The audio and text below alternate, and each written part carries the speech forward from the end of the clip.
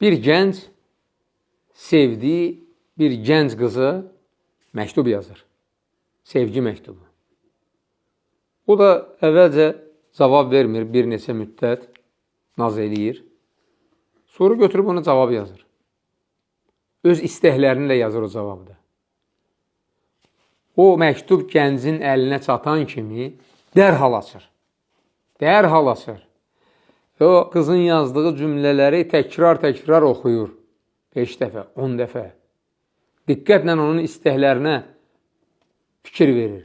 Sonra da o istəkləri həyata keçirməyə çalışır tez bir zamanda.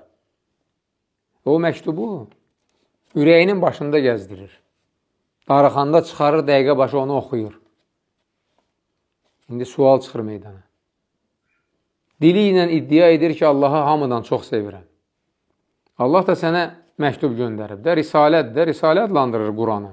Quran risalədir. Allahın göndərdiyi məktubu sən dərhal açıb oxuyursan, içində Allahın sənə buyurduqlarını dərhal yerinə yetirməyə çalışırsanmı? O məktubu uca tutursanmı, hər şeydən uca? Stol üstü kitabın kimi həmişə yanında olurmu ki, davamlı oxuyasan? Yoxsa ona etinasız yanaşırsan? Yoxsa Allahı sevdiyi ancaq sənin dilindədir?